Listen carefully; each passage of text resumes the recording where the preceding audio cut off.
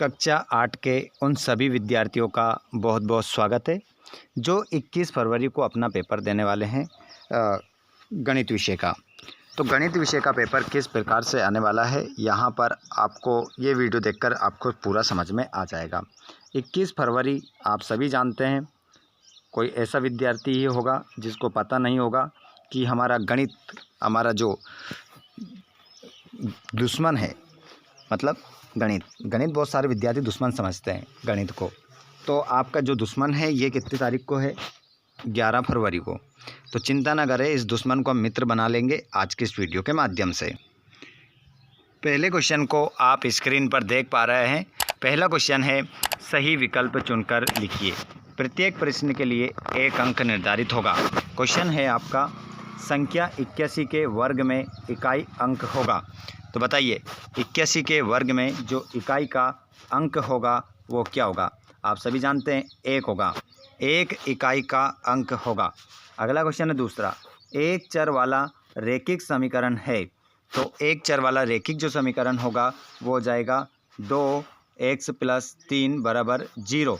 आपका आंसर होगा। लिख लेना सभी, जितने भी विद्यार्थी हैं वो अपने हाथ में कॉपी रखें, पेन रखें उठाकर, और इन क्वेश्चनों को आप नोट अवश्य रूप से करें। सभी विद्यार्थी जल्दी से उठा लें कॉपी और पेन, उन प्रश्नों को नोट करते चले। क्वेश्चन क्रमांक है 72 - 92, आंसर हो जाएगा।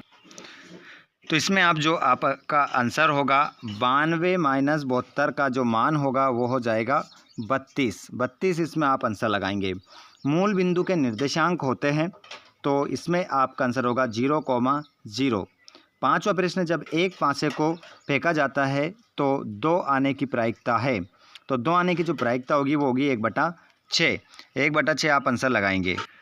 जितने भी हमारे 8वीं कक्षा के मोटू पतलू जितने भी जुड़ रहे हैं, आप सभी एक बार क्लास को अपने दोस्तों के साथ ज़रूर शेयर कीजिएगा और चैनल को सब्सक्राइब भी करें ताकि आपको आने वाली इसी प्रकार की क्लास सबसे पहले मिल सके।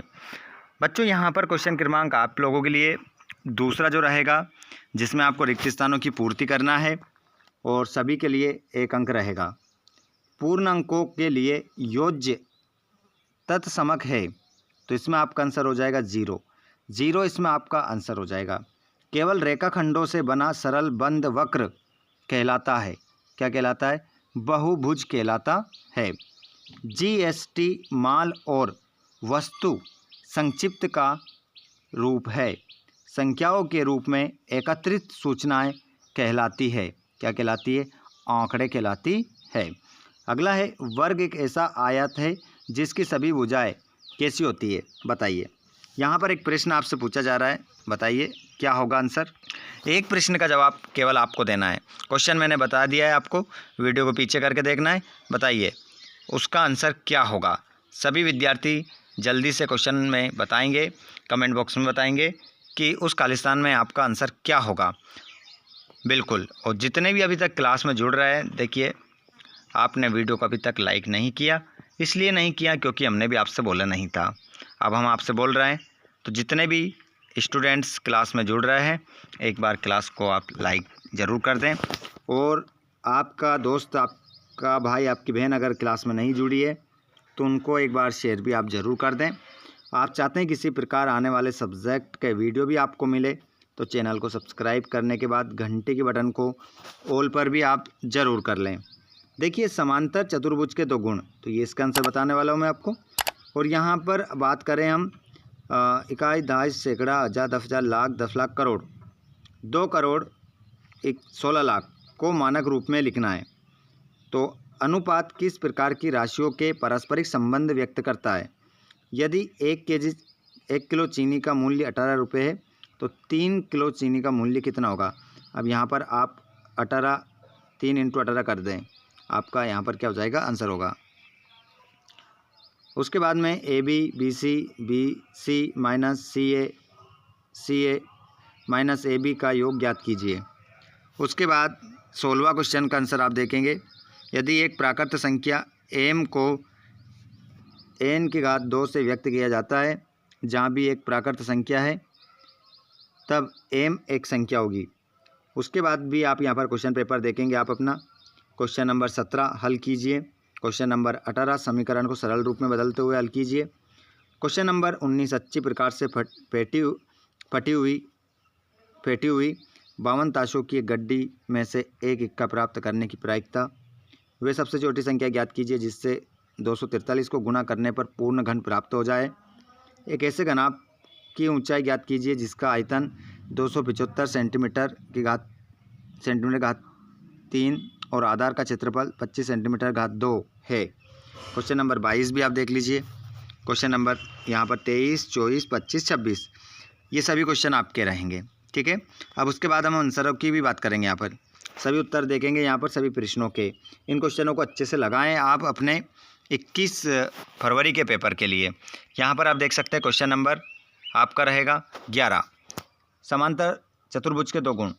तो सम्मुख भुजाएं समांतर होती है और सम्मुख कोण बराबर होते हैं और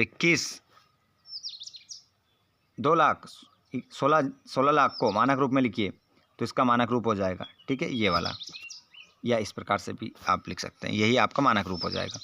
ये रहा क्वेश्चन नंबर 13 का आंसर। अनुपात किस प्रकार की राशियों के पारस्परिक संबंध व्यक्त करता है? तो यहाँ पर आंसर हो जाएगा समान प्रकार की राशियों के बीच। उसके बाद अगला क्वेश्चन 3 किसी श्रेणी का मूल्य ज्ञात कीजिए। तो यहाँ पर आंसर हो जाएगा 3 × 18 वही 54 हो जाएगा। उसके बाद में ये रहा 15 का आंसर, आप देख सकते हैं, ठीक है। अब यहाँ पर देखिएगा क्वेश्चन जो मैंने आपको बताए हैं वो तो आप हल कर ही लोगे, मुझे पता है।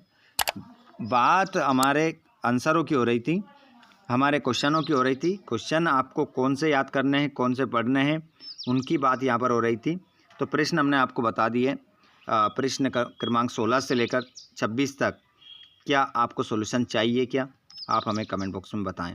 अगर सॉल्यूशन चाहिए तो नेक्स्ट वीडियो में आपको हम करवाएंगे 16 से 26 तक सॉल्यूशन, और अगर नहीं चाहिए तो कमेंट करने की कोई आवश्यकता नहीं है। बस आपको कमेंट जरूर करना है कि आप इस वीडियो को कहाँ से देख रहे हैं और आपका नाम क्या है। जल्दी से कमेंट बॉक्स में बताएं। जितने भी हमारे मोटू पतलू 8वीं क्लास के जुड़ रहे हैं, आपको कमेंट बॉक्स में बताना है कि आपका नाम क्या है और आप इस वीडियो को कहाँ से देख रहे हैं। चलिए जल्दी से कमेंट बॉक्स में बताएं। और एक प्रश्न मैंने आपसे पूछा था वो भी देख लीजिए, आंसर मैं बता चुका हूँ उसका, हालांकि आप अगर समझदार होंगे समझ गए होंगे। वर्ग ऐसा आयत है जिसकी सभी भुजाएं होती है, तो यहाँ पर खालिस्तान में क्या आएगा? ये प्रश्न मैं आपसे पहले पूछ चुका हूँ और ये आंसर बता भी चुका हूँ मैं स्क्रीन पर। अगर आपने ध्यान से देखा होगा तो ज़रूर आप आंसर बता देंगे। चलिए कमेंट बॉक्स में बताइएगा इसका आंसर क्या होगा।